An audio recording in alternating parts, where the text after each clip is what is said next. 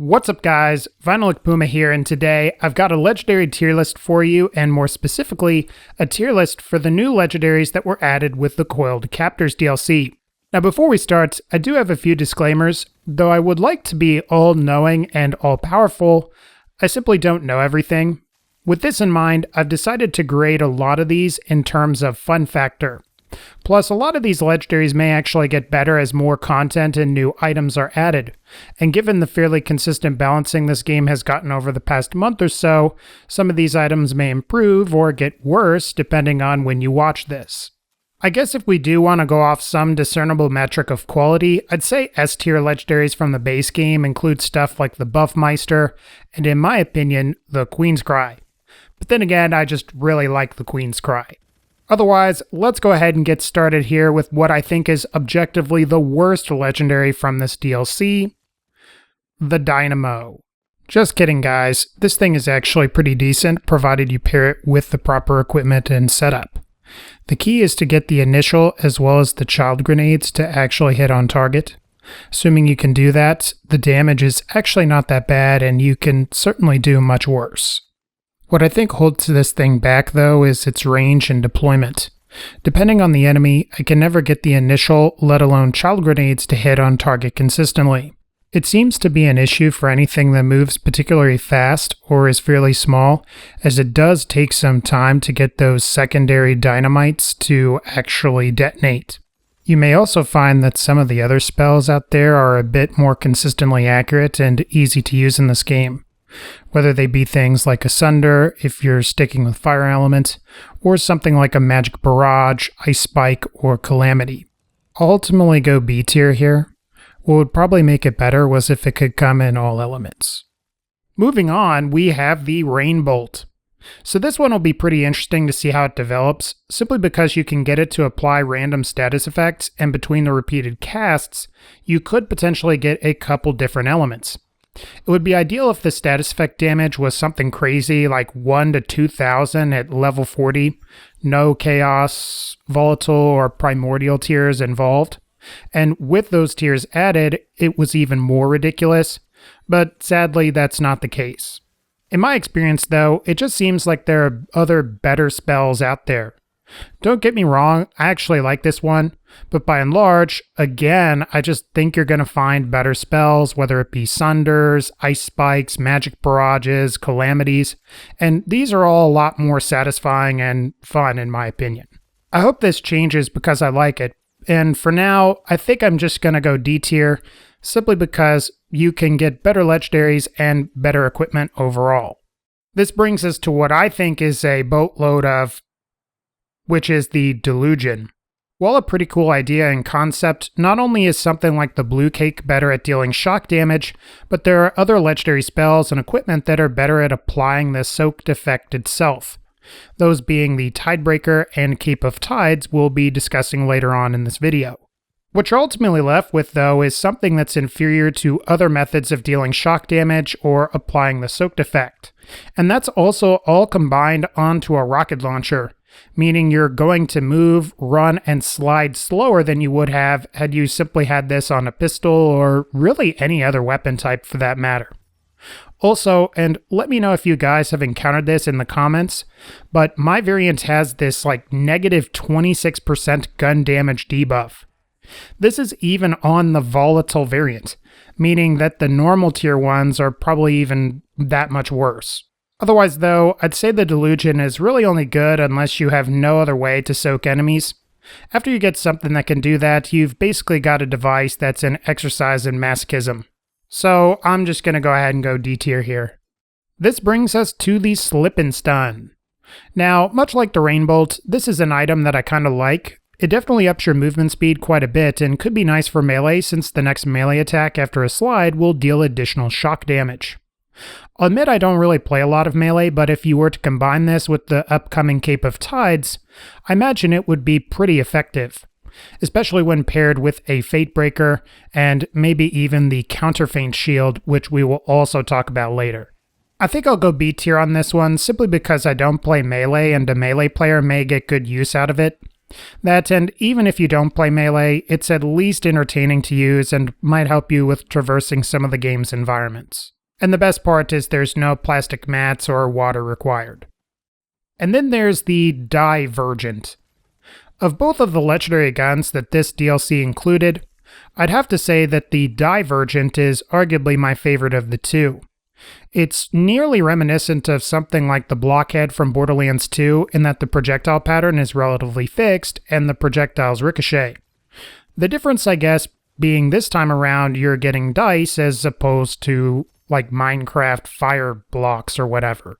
I'll admit I think the reload is a little bit wonky, but if used as a conventional shotgun, it seems to perform fairly well.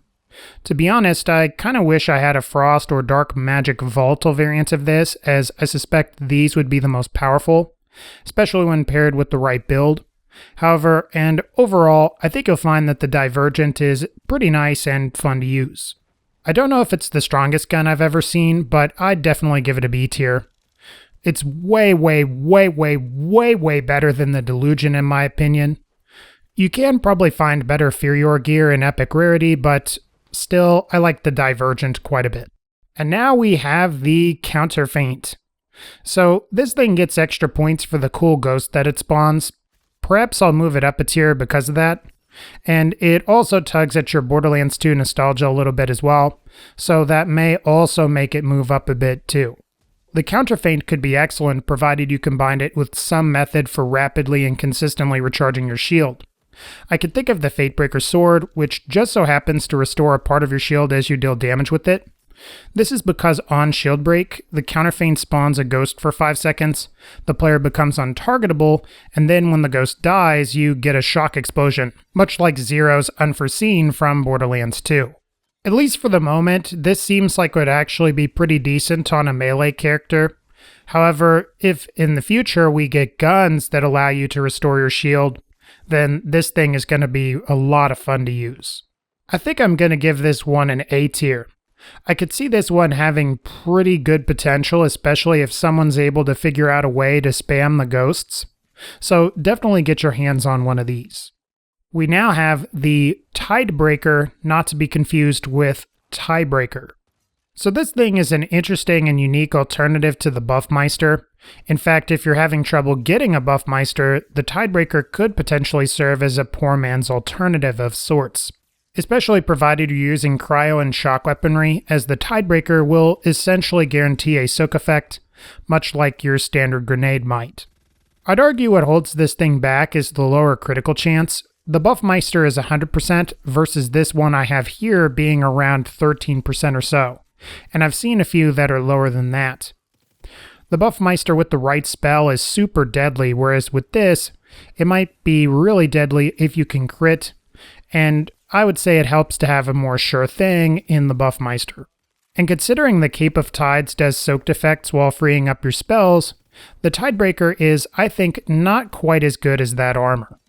Then again, if future DLCs add additional status effects beyond stoked, stacking a Tidebreaker with something else could be ideal. With that in mind, I'm going to go B tier here, but it could definitely go up a tier in the future. And now for the bling part of this episode, even though we did just discuss an amulet earlier, so take that for what it's worth, the Sharksbane. So there isn't really anything special about this one. The big thing is that it deals more damage to those pesky land sharks throughout the DLC, and it may also prove useful in the Chaos Chamber or Warptooth Shallows. Beyond that though, unless it's a shark, you're probably not going to get very much benefit out of this beyond any stat boosts it provides, or at least that's what it seems to me. Ultimately, I'd say A tier for sharks, but mostly C tier the rest of the time. And then there's the other ring, which is the lethal catch. Compared to the Sharksbane, this one I think has the potential to be a bit more versatile since the core bonuses aren't purely confined to sharks. However, I think the downside is that to really get the most out of this thing, you need one with good generic stat bonuses for your build, as well as the ability to find enemies that are land sharks or crabs to get the most benefit. The ability to get a kill and get up to a 100% bonus seems pretty good to me, as I'd interpret that to mean that the abilities of this ring are essentially doubled in the presence of some dead land sharks and crabs. At the very least, it's an interesting ring. Like Sharksbane, I'll go A tier for sharks and crabs, and realistically C tier most of the rest of the time. And this brings us to our final DLC legendary, the Cape of Tides. I'm sure some of you might disagree with me, but I think this is one of, if not the best legendaries of the DLC. Especially when compared to all of the other soaked effect legendaries, as this one can be used with just about any weapon or damage method. Melees that crit can soak, spells that crit can soak, and of course your guns can crit and perform pretty well also. Probably the best part though, in my opinion, is the Nova, because it will apply the soaked effect to any nearby enemy too, meaning they will take more shock and crowd damage overall. Beyond that though, it's just a matter of getting the right class and stat boosts that complement your playstyle or multi-class setup.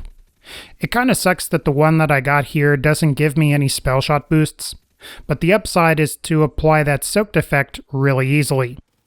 If you can, I'd recommend you get one of these, and tier-wise, it's easily an A. I definitely recommend it. Alright guys, I think that's going to wrap up this particular video. If you enjoyed this video, definitely be sure to click the like button. Let me know what you think of the Counterfeint in the comment section below. Do whatever else that you guys have got to do. And as always, and again, thank you all so much for supporting this channel. Take care and have a good one.